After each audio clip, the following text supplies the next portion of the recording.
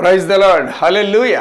దేవునికి స్తోత్రం కలుగునుగాక. మీ అందరికీ శుభాలు కలుగునుగాక. బాగున్నారండి మీరు, మీ పిల్లలు, మీ కుటుంబాలు, మీ రక్త సంబంధాలు ఎల్లప్పుడూ కూడా శాంతి, సమాధాన, ఆనంద, ఆరోగ్యాల చేత దీవించబడి ఆశీర్వదింపబడదురుగాక. మీరు చేయు పనులన్నింటినీ కూడా దేవుడు దగ్గరుండి జరిగించి గొప్ప విజయం మీకు అనుగ్రహించునుగాక. యేసు నామములో ఆమెన్, ఆమెన్, ఆమెన్. ఓ పాట పాడుకొని దేవుని మహింపరచుకుందాం. యేసన్న గారి పాట.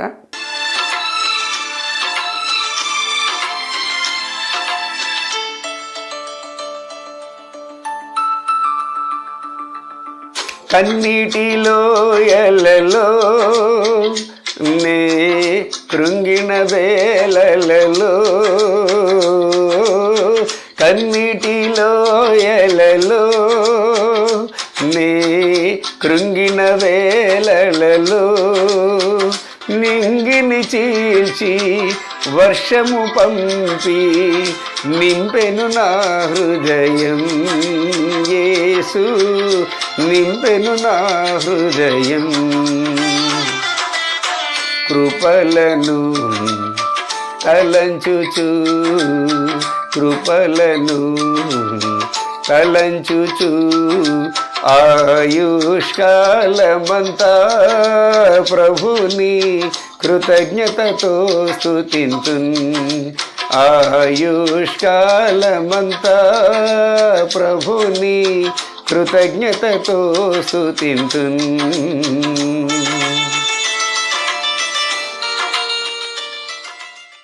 ప్రియులారా, మరి దేవుని తెలియనటువంటి ప్రజలకి నా వంతు, నా అనుభవంలో నుండి ఒక మాట చెప్పనివ్వండి. ప్రియులారా, దేవునికి స్తోత్రం. ఈ దేవుడు అన్ని విషయాల్లో కూడా చేదోడు వాదోడుగా ఉన్నటువంటి వాడు. యేసుక్రీస్తు అన్నటువంటి ఆయన చనిపోయినా సరే మనతో బ్రతికి ఉంటున్నటువంటి వాడు, మన ఊపిరిగా ఉన్నటువంటి వాడు, మన చెయ్యి పట్టుకొని నడిపించడానికి ఇష్టపడుతూ ఉన్నటువంటి వాడు. నువ్వు దూరంగా ఉన్నప్పటికీ దగ్గరగా వచ్చి నిన్ను ఆశ్రయించి నీ శ్రేయస్సు కోరుకున్నటువంటి వాడు. అనేక విషయాల్లో నిన్ను తప్పించి, ఆపదల నుంచి నేను తప్పించి అద్భుత కార్యాలు జరిగించి ఆయన నామానికి మహిమ తెచ్చుకున్నటువంటి దేవాది దేవుడు. శరీరం తాకకుండా పరిశుద్ధాత్మ దేవుని యొక్క శక్తి చేత గర్భం దాల్చబడి స్త్రీ గర్భం నుండి ఉద్భవిస్తూ ఉన్నాడు ఈ భూమి మీదకి. దైవమానవుడు అన్నటువంటి ఆయన యేసుక్రీస్తు వస్తున్నాడని చెప్పి మన వేద పురాణాలు ఘోషిస్తూ ఉన్నాయి ప్రియులారా. కాబట్టి ఇతను మతానికి సంబంధించినటువంటి కాదు, కానీ కులానికి సంబంధించి, ప్రాంతానికి సంబంధించి, జాతికి సంబంధించినటువంటి వాడు కాదు, కానీ ఇతను కలిగినటువంటి వారందరూ కూడా వెలుగుతో నింపబడి, ఆనందంతో, ఆరోగ్యంతో నింపబడి ఉంటారు. ఎప్పుడు కూడా సంతోషం చేత నింపబడి ఉంటారు ప్రియులారా. ఇతను పూర్తిగా కలిగి ఉండాలి. ఇతను యందు మనసు అక్కడక్కడ పైన భక్తి కలిగి కాదు, కానీ పూర్తిగా మనసు ఆనుకున్నటువంటి వారి యొక్క హృదయాలు కానీ, వారి యొక్క గృహాలు కానీ, వారి యొక్క శరీరాలు కానీ, వారి యొక్క బ్రతుకులు కానీ చాలా మంచిగా, చాలా బాగుంటాయి, చాలా సంతోషంగా, ఆనందంగా ఉంటాయి, ఆరోగ్యకరంగా ప్రియులారా. కాబట్టి ఎప్పుడైనా మీరు శాంపుల్ కూడా చూడండి. మాట్లాడే దేవుడు అంట ఎవరు? దర్శించే దేవుడు అంట ఎవరు? అద్భుతాలు చేసే దేవుడు అంట ఎవరు? ఆశ్చర్యకార్యాలు చేసే దేవుడు అంట ఎవరు? ప్రాణాలతో ఉన్న దేవుడు అంట ఎవరు?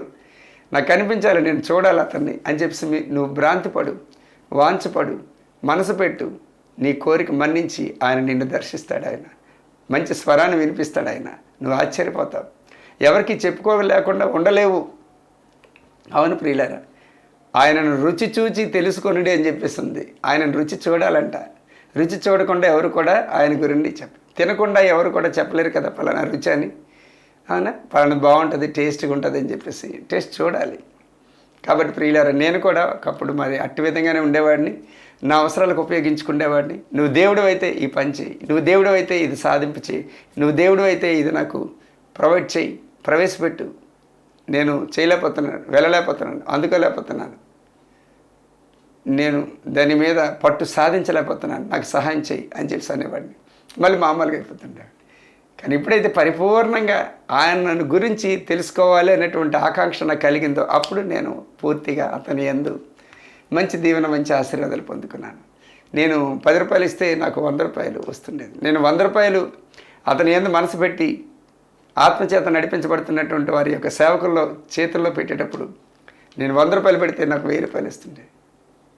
ఏ నష్ట కష్టాలు ఉంటుండే కాదు, ఏ హాస్పిటల్కి కూడా దారిపోస్తుండేవాడిని కాను, ఏ అప్పులు కూడా చేసుకోకుండా, ఏ అనర్థాలకి గురవుతుండేవాడిని కాను. నేను దర్జాగా చెప్తున్నాను. కాబట్టి ప్రియులారా, ఈయన మహోన్నతుడు, అద్భుత ఆశ్చర్యకార్యాలు జరిగించేటువంటి మంచి విశిష్టమైనటువంటి ఆశీర్వాదాలకు కారణభూతుడైనటువంటి వాడు, ఆది సంభూతుడు, ఓంకార స్వరూపుడు ఈయనే. అకారము ఒకారము మకారము కలిస్తే ఓంకారం. ఈ ఓంకారంలో నుండి ఒక శబ్దం పుట్టింది. ఆ శబ్దం ద్వారా మొత్తం భూమి, సూర్యుడు, చంద్రుడు, నక్షత్రాలు, ఆకాశాలు ఇవన్నీ కూడా ఉద్భవించడం జరిగింది. దేవుని స్తోత్రం. కలుగును గాక అని అంటే కలిగిందంతే, జరుగును గాక అని అంటే జరిగిందంతే, వెలిగింపబడును గాక అని అంటే వెలిగింది. హల్లెలూయా, దేవునికి మహిమ కలుగును గాక. చాలా సంతోషంగా ఆనందంగా ఉంటుంది ప్రియులారా ఆయనతో. మీరెందుకు అయినప్పటికీ కూడా ఆయన ఎంత మరి ఇంపార్టెంట్ అంటే, మనం నరకం నుండి తప్పించబడి మోక్షానికి చేరడానికి అతను ఒక్కడే మూలకారకుడు ఈ భూమి మీద, ఇంకెవరు లేరు. అందరూ పాపం చేసి దేవుడు అనుగ్రహించు మహిమను పొందలేనటువంటి పరిస్థితి అయిపోయింది. మానవుల్ని పడిపోయినటువంటి దేవదూతలే దురాత్మ శక్తులుగా మారి వశపరుచుకొని ఆ మానవులని ఉపయోగించుకుంటూ వేరే మానవుల్ని రకరకాలుగా హింసిస్తూ ఉన్నాడు.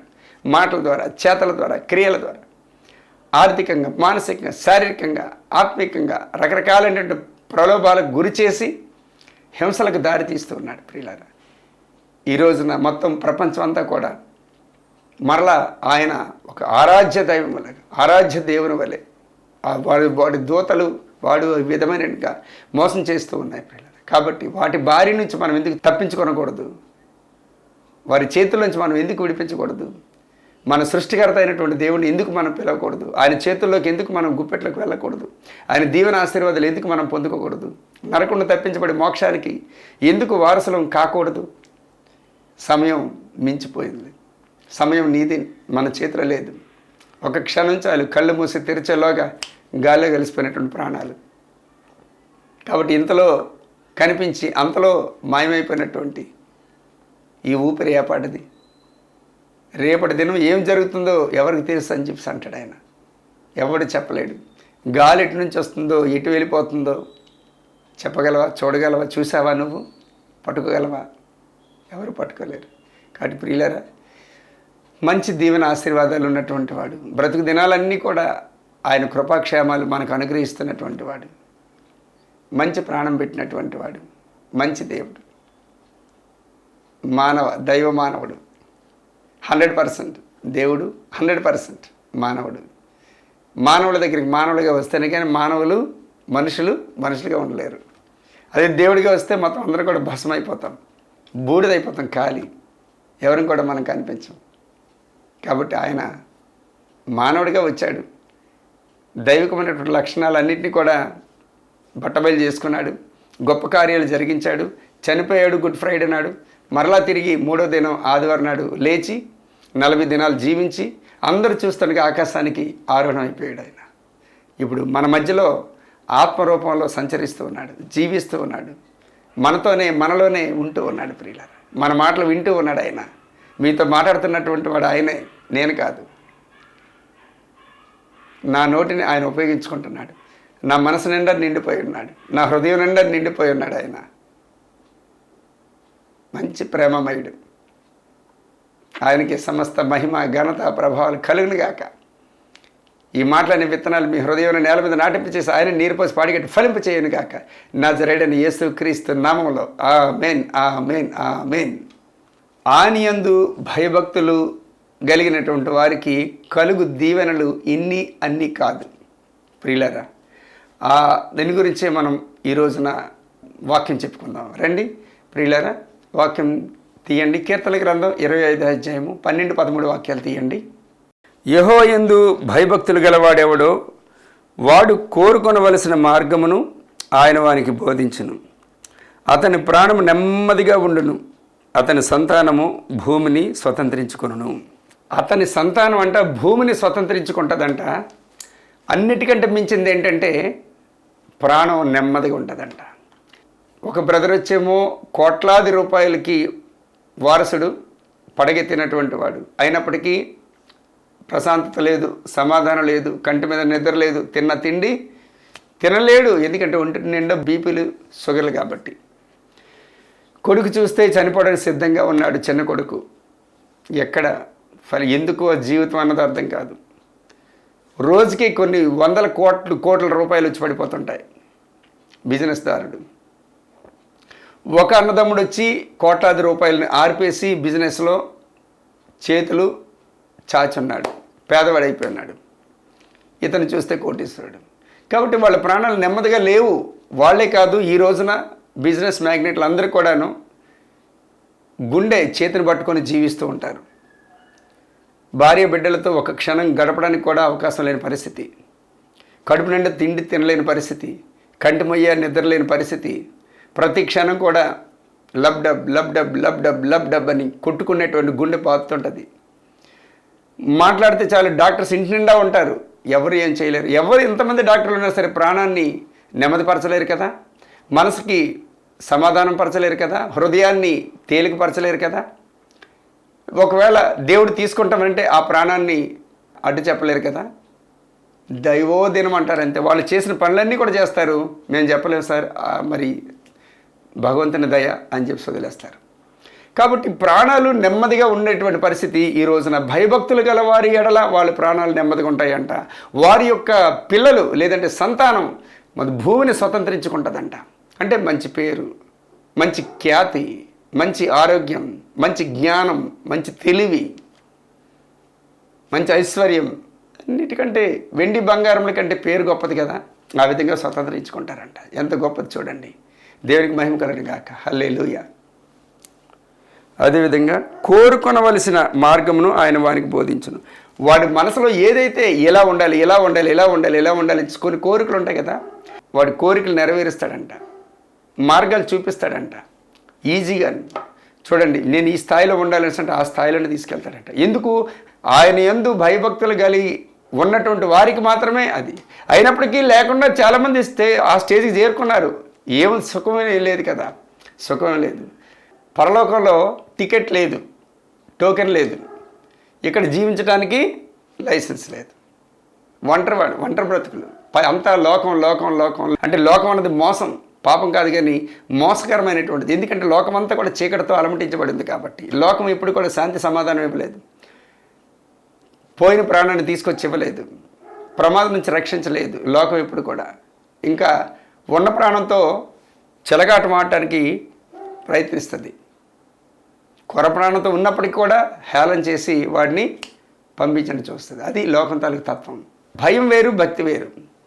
భక్తి అంటే ఎల్లప్పుడూ కూడా కొనియాడడం, భజన చేయడం, స్తుతించడం, ఘనపరచడం, మహింపరచడం, ఇది భక్తి. ఇది మా నాన్నగారు గొప్పవారు, మా నాన్నగారు చాలా నెమ్మది కలిగిన వారు, మా నాన్నగారు చాలా హాయిగా ఉంటారు, చూడటానికి చాలా జ్ఞానవంతులు, మా నాన్నగారి మాట చాలా మృదువుగా ఉంటుంది, మా నాన్నగారి యొక్క హస్తం దీవెన హస్తం. ఇదంతా కూడాను స్తుతించడం, మనిషిని పొగట్టం, అది భక్తి అంటారు. భయం అంటే ఆయన మాటకు లోబడ్డం, ఆయన మాటకి వినయంతో విధేయతతో ఆయన మాట అంగీకరించి లోబడి ఉండడం, చేతులు కట్టి. అలాగేనండి, తప్పకుండా. ఒకవేళ రే డాడీ చూసారంటే కొడతారు, రే నువ్వు అటు వెళ్తున్నావు, డాడీ చూసారంటే తంతారు నేను, ఈరోజు స్కూల్కి వెళ్ళట్లేదు కదా, డాడీకి తెలిసిందంటే మాత్రం దెబ్బలాడతారు, నేను తిడతారు, తినొద్దని అన్నారు కదా డాడీ, నువ్వెందుకు తింటున్నావు. ఇది భయం. భక్తి వేరు, భయం వేరు. అంటే ఆయన మాటని ధిక్కరించి మనం గిరి దాటితే, బౌండరీ దాటితే అది భయం లేనితనం. అతని మాటకి లోబడితే అది భయంతో ఉన్నతనం. భక్తి వేరు, భయం వేరు. అందుకనే ఆయన మాటలు జీవం కలిగిన మాటలు కాబట్టి ఆ మాటకు మనం తల ఉంచితే మనం దీవించబడతాం, ఆశీర్వదింపడతాం, అనేక మందికి వెలుగ్గా ఉండగలుగుతాం. లేదంటే మాత్రం ఎందుకు పనికి రాకుండా పోతాం. హల్లెలూయా. కీర్తనల గ్రంథం 34:9 ప్రకారంగాను ఆయన యందు భయభక్తులు ఉంచు వారికి ఏమీ కొదువు లేదంట. ఏది కొదువు లేకుండా ఉంటుందంట. అన్నీ ఉంటాయి.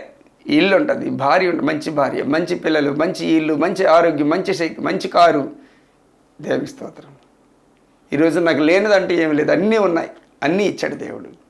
హల్లెలూయా. మీ అందరికంటే నేను గొప్పవాడిని కాదు, కానీ ఆయన ప్రేమ అంతే. ఆయన ప్రేమ. దేవునికి మహిమ కలుగును గాక. హల్లెలూయా. అదేవిధంగా 34:7 చూసుకున్నట్లయితే ఆయన యందు భయభక్తులు గల వారి చుట్టూ ఆయన దూత కావలి ఉండి వారిని రక్షిస్తుంది. ఎక్కడికి వెళ్ళినప్పటికి కూడాను ఆయన దూత కావలి ఉంటుందంట చుట్టూ, ఆ కుటుంబం చుట్టూ, ఆ పర్సన్స్ చుట్టూ, ఆ మనుషుల చుట్టూ దూత ఎప్పుడు కూడా కావలే ఉంటుందంట. దేవదూత చాలా శక్తివంతమైనటువంటిది ఆ దూత.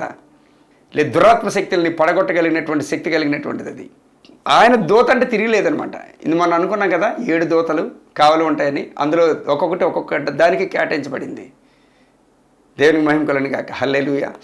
ఆయన యందు భయభక్తులు గల వారి చుట్టూ దూత ఎప్పుడు కూడా కావలి ఉంటుందని సెలవిస్తున్నాడు ఆయన. ఇంకా అంతకంటే కావాల్సింది ఏముంది? ఎవరు ముట్టుకుంటారు ఇంక నిన్ను? 15-16 నెమ్మది లేకుండా విస్తారమైన ధనం ఉండుట కంటే యెహోవా యందు భయభక్తులు ఉండి కొంచెం కలిగి ఉండుట మేలు. 1,00,00,000 రూపాయలకి అధిపతి అయ్యేదానికంటే కొంచెం ఆయన యందు భయభక్తులు కలిగి కొంచెం ధనం ఉంటే చాలు, నెమ్మది పడుతుందంట ప్రాణం. ఎందుకు కొన్ని కోట్ల రూపాయలు ఉంటూ గుండెలో అలజడి, ఆందోళన, ఏదో రకరకాల తెలియనటువంటి భయం ఎందుకు అది ఉండి కూడాను? ఒకసారి ఒక ఖైదీ తాలూకా స్టేట్మెంట్ విన్నాను నేను. దొంగ, సార్ మేము లక్షల రూపాయలు మేము కొడతాం, దొంగతనం చేస్తాం, కానీ ఎక్కడ కూడా మేము కూర్చొని ఏ హోటల్ 5 స్టార్ హోటల్లో అయినా సరే మేము భోజనం చేస్తాం, కానీ మా గుండె విటవిటలాడుతూ ఉంటుంది. ఎందుకంటే ఏ పోలీసుడు వచ్చి మమ్మల్ని పట్టుకెళ్ళిపోతాడు, ఏ ఎస్ఐ వచ్చి ఫోన్ చేసి మమ్మల్ని తీసుకెళ్ళిపోతాడు, ఏ క్షణాన ఏది వస్తుందో ఏది ఉరుకుతుందో అని చేసి భయంతో మేము పిడికిలు పట్టుకొని ఉంటాం సార్. దీని బదులు కమ్మరింట్లో ఒక పాకలో పప్పుచారుతో కూడుకున్నటువంటి అన్నం తిన్నంత ఉత్తమం లేదు సార్ అని చెప్పేసి అన్నాడు ఆయన. నిజమే కదా మరి. పాపం డబ్బు పాపంలాగానే ఉంటుంది. అది పాపం పామై పొడుస్తుంటుంది, పామై ఉంటుందంట. హల్లెలూయా. దేవునికి స్తోత్రం కలుగును గాక. హల్లెలూయా. సామెతలు 3:7-8 చూడండి ఒకసారి. యెహోవా యందు భయభక్తులు కలిగి చెడుతనం విడిచిపెట్టుము, అప్పుడు నీ దేహమునకు ఆరోగ్యమును నీ ఎముకలకు సత్తువయు కలుగును. యెహోవా యందు భయభక్తులు కలిగి చెడుతనాన్ని విడిచిపెట్టినట్లయితే నీ శరీరానికి ఆరోగ్యం వస్తుందంట, నీ ఎముకలకు సత్తువ. మొత్తం ఇదంతా ఎముకల మీదే కదా ఇదంతా ఆధారపడింది. మాంసం అంతా, నరాలు, మాంసం, ఈ గుండె, ఊపిరితిత్తులన్నీ ఎముకల లోపల, ఎముకల పైన ఈ చర్మం. కాబట్టి ఈ ఎముకలు దిట్టపరచబడతాయంట, శరీరం అంతా కూడా ఆరోగ్యంతో నిండిపోతుందంట. ఈ రోజున ఆరోగ్యం కొరకు ఎన్నో కొన్ని వేల రూపాయలు, లక్షల రూపాయలు ఖర్చు పెడుతూ ఉన్నారు శరీర ఆరోగ్యానికి. ఆయన యందు భయభక్తులు ఉంటే చాలు శరీర ఆరోగ్యం. అంతేకాకుండా ఆయన యందు భయభక్తులే జ్ఞానమునకు మూలం అని చెప్పేసి వాక్యం సెలవిస్తుంది. ఆయన యందు భయభక్తులే జ్ఞానం కావాలి, తెలివితేటలు కావాలి అంటే ఆయన యందు భయం కలిగి భక్తి కలిగి ఉన్నప్పుడు నీ పిల్లలకి నీకు గొప్ప జ్ఞానం వస్తుందంట. నీ ముందు ఎవరు నిలబడలేరు. హల్లెలూయా. అదేవిధంగా 28-14 సామెతలు. నిత్యము భయం కలిగి ప్రవర్తించేవాడు ధన్యుడు, హృదయమును కఠినపరుచుకున్నవాడు కీడులో పడును. నిత్యము భయం కలుగుతూ ప్రవర్తించినటువంటి వాడంట ధన్యుడు. మొండికేసినటువంటి వాడు, లేదంటే దాన్ని తిరస్కరించినటువంటి వాడు, లేదంటే దాన్ని దాటిపోయినటువంటి వాడు కీడులో పడిపోతాడంట. ఏముందలే, ఎవరు చూసి వచ్చారులే, ఈ క్షణానికి ఒక్కసారే కదా సిగరెట్ తాగితే ఉంది, ఒక్కసారే కదా మందు తాగితే ఉంది, ఒక్కసారే కదా బయటికి వెళ్తే ఉంది, ఒక్కసారే కదా పడకేస్తే ఉంది అని చెప్పి అది చాలా ప్రమాదకరమైనటువంటి పరిస్థితి అంట. దేవుని స్తోత్రం. దానికి భయపడమే ఆశీర్వాదానికి కారణం, దేవుని యొక్క ఆశీర్వాదం. ఆమేన్. ఒక తప్పు నువ్వు చేయబోతున్నావు, చేయటానికి ప్రోద్బలం కలుగుతుంది, పుష్యం కలుగుతుంది అని అంటే ఒక ఆశీర్వాదం పోతుంది అని అర్థం. అక్కడ నువ్వు తప్పు చేయడానికి నీ మనసు ప్రేరేపణ కలుగుతుంది అంటే ఒక ప్రమోషన్ ఆల్రెడీ ఒకటి దగ్గర ఉంది, దాన్ని నువ్వు అధిగమించావనుకో ఆ ప్రమోషన్ నువ్వు పొందుకుంటావు. ఇదే నీకు అంచనా, ఇదే నీకు ఆనవాలు. హల్లెలూయా. అదేవిధంగా 19:23 యెహోవా యందు భయభక్తులు కలిగి ఉండట జీవ సాధనం, అది కలిగిన వాడు తృప్తుడై అపాయం లేకుండా బ్రతుకును. భయభక్తులు యెహోవా యందు కలిగి ఉండట జీవ సాధనం, అది ఉండటం వల్ల తృప్తుడై ఉంటాడంట, సంతృప్తుడై ఎప్పుడు కూడాను. ఇది మనం గమనించాలి. యెహోవా యందు భయభక్తులు కలిగి ఉండడం సంతృప్తికరం, జీవసాధనం. హల్లెలూయా. మామూలు మాటలు కాదు ఇవి. 103 కీర్తన గ్రంథం 17-18 తీసుకున్నట్లయితే ఆ యెహోవా యందు భయభక్తులు గల వారి మీద ఆయన కృప యుగయుగములు కూడా ఉంటుందని చెప్పి సెలవిచ్చాడు ఆయన. యుగయుగములు కూడా అంటే నీవే కాదు, నీ పిల్లలందరూ కూడా అది పొందుకుంటారంట, ఆశీర్వాదాలు, దీవెనలు పొందుకుంటారంట. కనుక ఎల్లప్పుడూ కూడా ఆయన యందు భయము అండ్ భక్తి, ఈ రెండు మిక్స్ అయ్యి కలిగి ఉండడానికి ప్రభు మనకి సహాయం చేసి నడిపించను గాక. యేసు నామంలో ఈ మాటల విత్తనాలు మన హృదయం నేల మీద నాటింపచేసి ఆయన నీరు పోసి పాడిగట్టి ఫలింప చేయను గాక. నజరేయుడైన యేసు క్రీస్తు నామంలో ఆమేన్. రండి ఇప్పుడు ఒక సాక్ష్యం చెప్పుకుందాం. అందరికీ వందనాలండి. నా పేరు సౌజన్య. నేను భద్రాచలం నుంచి వచ్చాను ప్రార్థన చేయించుకుందామని. అనుకోకుండా ఈరోజు అయ్యగారితో ప్రార్థన చేయించుకోవడం జరిగింది. ప్రార్థనలో నాకు అయ్యగారు చేసి ప్రార్థన చేశారు. పెళ్ళై నాకు 14 సంవత్సరాలు అయింది. ఇంతవరకు పిల్లలు లేదు. చాలా హాస్పిటల్ తిరిగాను, అటు ఇటు అన్నాను. కానీ ఏమన్నారు అంటే పుడతారు అని, లేదంటే కణాలు తక్కువ ఉన్నాయని, మెడిసిన్స్ వాడాలి, చాలా అసలు ఏం ప్రాబ్లం లేదు, పుడతారులే అన్నారు. ఎగ్ డెవలప్మెంట్ తక్కువ ఉంది, మెడిసిన్స్ అని అది ఇది అన్నారు. వాడి చిరాకు వచ్చి ప్రభా నీ చిత్తవేత నాకు ఈ ప్రభాని నేను ఇంకా కొన్ని రోజులు అలాగే ఉండిపోయాను. కానీ దేవునికి ఎప్పుడు మొరపెట్టుకునేదాన్ని. సార్ నాకు బాగా బాధ అనిపించి దేవుని వాక్యం చూస్తూ ఉంటుంటే యూట్యూబ్లో ఎస్ఎస్ రావు గారు వాక్యం వచ్చింది. 5గురిని బ్రతికించినట్టు సజీవ సాక్ష్యం అని వాక్యం చదివి, ప్రభా నాయన నువ్వు భూమి మీద ఒక మనిషిని మాటవి నిన్ను అద్భుతాలు చేస్తున్నావు ప్రభా, నీ చిత్తం అయితే ఆ స్క్రీన్ మీద ఉన్న నెంబర్లో ఒక నెంబర్ కన్నా ఫోన్ చేస్తే అయ్యగారు ఎత్తితే నీ కృప నేను కలిగిందని అనుకుంటాను తండ్రి. ఒకసారి అయ్యగారు ఫోన్ ఎత్తాలని నేను ప్రార్థన చేసుకున్నాను. అనుకుని ఆ రోజు నైట్ 11ంటికి ఫోన్ చేశాను. ఫోన్ చేస్తే ఫస్ట్ అయ్యగారు లిఫ్ట్ చేయలేదు చాలాసేపటికి. తర్వాత అయ్యగారే ఫోన్ చేసి ఒక 1/2 అవర్ 40 మినిట్స్లో ఫోన్ చేసి ప్రార్థన చేసి, అమ్మ నిన్ను దేవుడు దర్శిస్తారు, నీకు ఖచ్చితంగా వచ్చి నెల కన్సీవ్ అవుతారు, భయపడొద్దు అన్నారు. అయ్యగారు మిమ్మల్ని ఒకసారి కలవాలి, మీతో డైరెక్ట్గా ప్రార్థన చేయించుకోవాలన్న నాకు ఆశ ఉంది అయ్యగారు అంటేనే రాజమండ్రి రామ్మ అన్నారు. అనుకోకుండా ఈరోజు ఉదయం మేము బయలుదేరి అక్కడి నుంచి రాజమండ్రి రావడం జరిగాక మా ముందు కొంతమంది ఉన్నారు, 2 కుటుంబాలు, వాళ్ళని ప్రార్థన చేసి పంపించాక అయ్యగారు లోపలికి వచ్చారు. అయ్యగారు నాకు కొంచెం పొట్ట మీద చేపెట్టి ప్రార్థన చేయండి అయ్యగారు అని నేను అయ్యగారిని అడిగితే అయ్యగారు సరేనమ్మా అని లాస్ట్ ఇంకెళ్ళిపోతున్నప్పుడు పొట్ట మీద చేపెట్టినప్పుడు నా ఒళ్ళంతా ముద్దుబారినట్టు అయ్యి నెట్టినట్టు అనిపిస్తే నేను పడిపోయాను.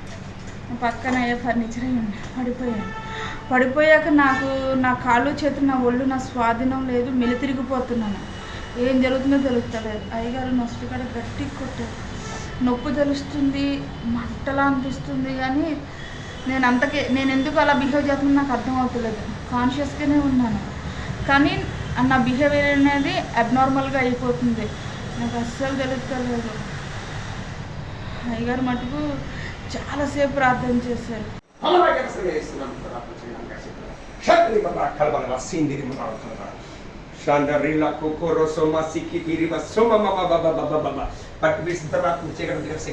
ఎన్ని శక్తులు అయితే బయట రమ్మని చెప్పేస్తారు, ఎన్ని శక్తులు అయితే బయట రమ్మని చెప్పేస్తారు. శాంతి బరకాల snake, spirit of snake, get out from the mighty name of Jesus.